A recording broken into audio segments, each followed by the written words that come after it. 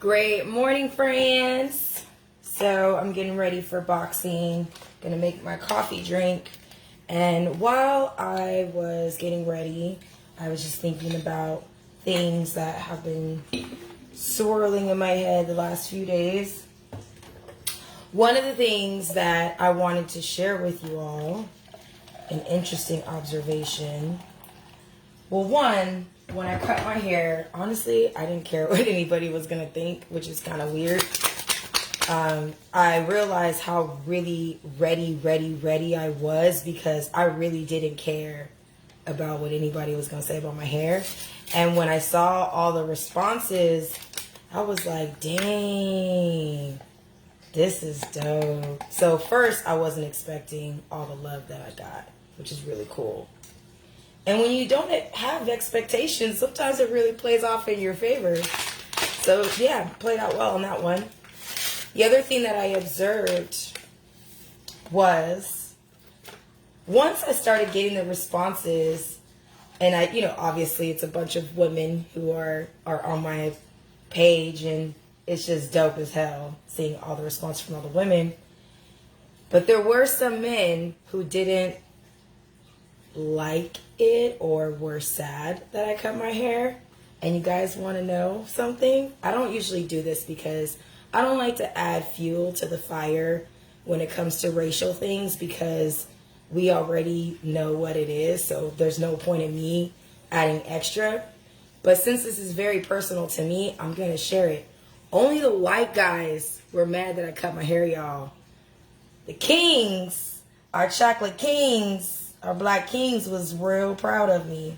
But only the white guys had something to say about me cutting my hair. Isn't that funny? Isn't that funny? So, just a little nugget. Don't think that our black men don't love us, okay? Some of them are just trying to fit in. Like I was. I was just trying to fit in. Worked in corporate America for a long time. Before my curly hair became cool, I suffered a lot with my identity and like being pretty or being seen as pretty or just being accepted by society standards. A lot of my friend circles are very mixed up. My mom is mixed, so I didn't have a black woman in my house like that. I didn't grow up with those things, guys. So I was always a lone wolf. I've been a lone wolf for a long time. And when I came into my health coaching business, I felt like I wasn't alone because I got all this great attention and I was accepted in a different way. But I didn't see it as accepting me. I saw it as I'm accepted now because I look good and I have all these muscles and I'm one of the few black women that are part of the program. At the time, there wasn't a lot of black people. So I became like a little, poster child for the diversity. Now, guys, it's not on purpose. That doesn't happen on purpose, okay? So I obviously I'm still an Optavia coach and that's my family. But this is what I did on my end. I got caught up in feeling like I finally was accepted, and I used my physical, healthy body to trick myself into that. So then I became obsessed with looking good body-wise because to society standards, that's what's appropriate. Do you guys know that I didn't actually think that I was pretty until Black Panther came out? A lot of us adults talk about Black Panther for our babies, but we don't talk that much. Some of us do. There are some of us do. There's Black Panther groups out there. But a lot of us needed Black Panther as adults, okay? I didn't know I did until I seen that movie, and I actually was like, damn, I'm pretty, y'all. My skin is actually cool. I just started thinking my skin was pretty when Black Panther came out, guys. I'm 36 years old. So I come to this space now where I'm still part of my community, my health community. Kim Fisk is one of my amazing mentors. She is our mini Dr. Joe Dispenza, guys. She is all things emotional, body, behavioral connection, spiritual, and we've transitioned our support into this space because guess what? Once again, Megan Moses is leading the pack in the spiritual connection to your health. I have done so many different things when it comes to meditations and affirmations and how you talk to your food before you eat it. Tell it what you want it to do for you. Y'all be praying over your food, but it be like trash food for the nourishment of my body. How the hell are you supposed to nourish your body with McDonald's and fried chicken? That's not nourishing. Stop playing. Stop the madness. And I'm not going to sugarcoat stuff for you guys anymore because I don't care. I don't care. I'm just going to tell the truth because y'all need to hear it. And I actually love you. I actually love you. And I actually genuinely want to see you live your best life. That's why you should listen to me. But you don't have to listen to me because I don't have all the answers. I just have some tools and some confidence and some people who love me in my corner.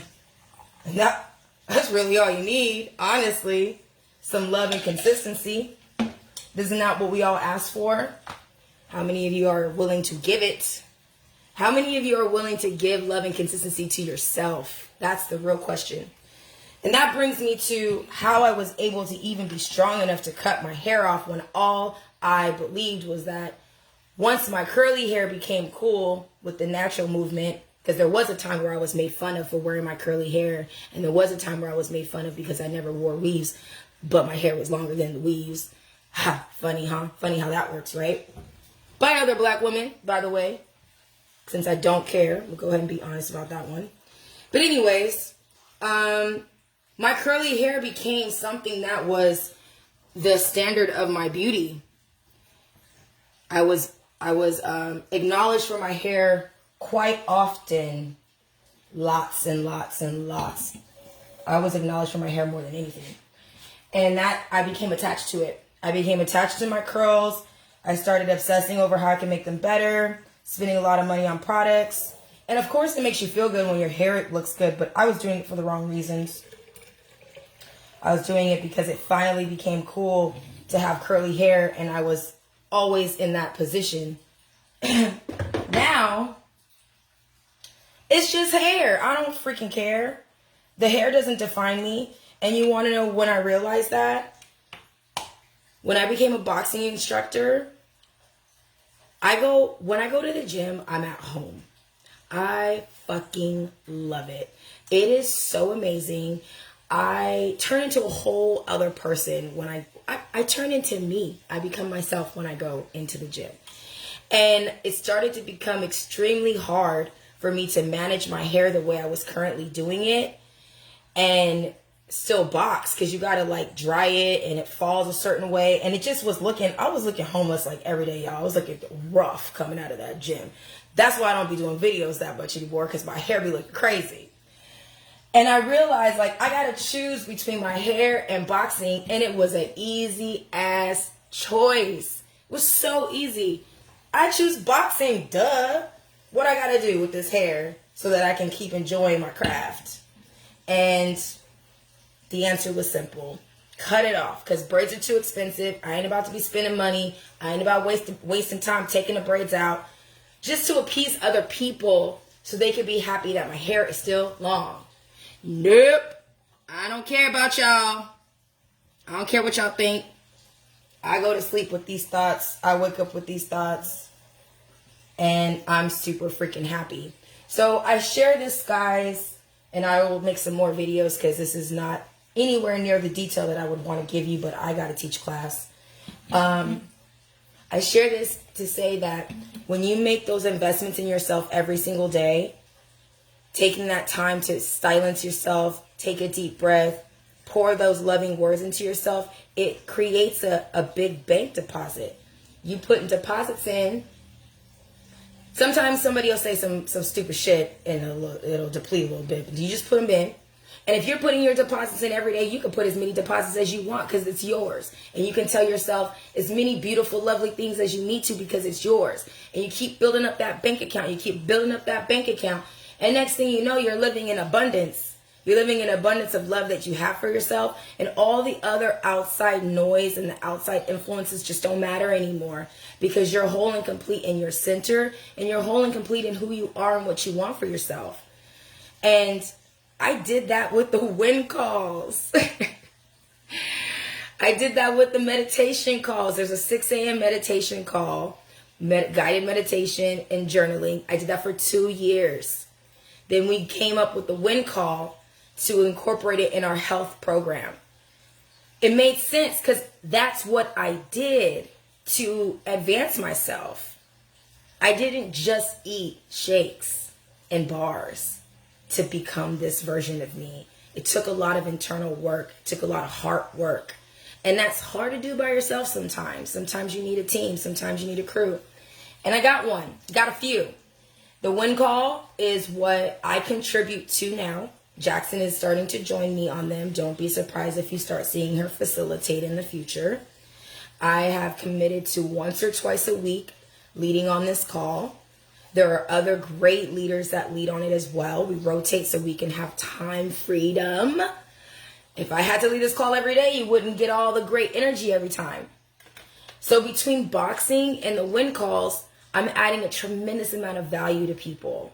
A tremendous amount of value in these little nuggets, in these little time slots, where I don't have to spend a bunch of time, but I can give you high quality value in those moments.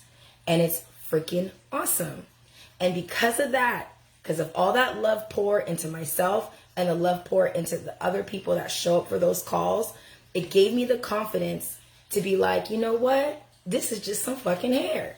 I don't need this shit.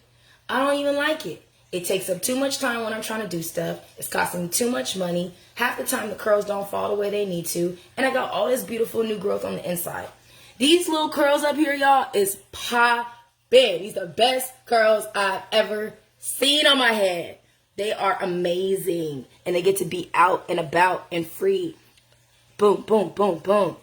All right, y'all. I'm done playing. I got to go get ready for boxing. But love yourself. Join the wind calls.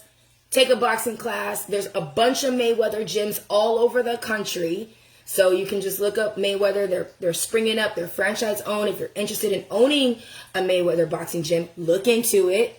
Look into it because I seen the back office system. They got everything there for you. All the equipment, all the guides, all the tools. I'm telling you guys, if you want something and you think I got a resource, just ask me. I'm going to give it to you. I'm not going to hoard information. I'm not going to hoard what I do to make myself feel better. I'm not going to hoard what I eat. I'm not going to hoard the vitamins I take. I'm going to share that shit with you guys because who else is going to do it? GOV ain't. All right. Love you guys. I'll see you later.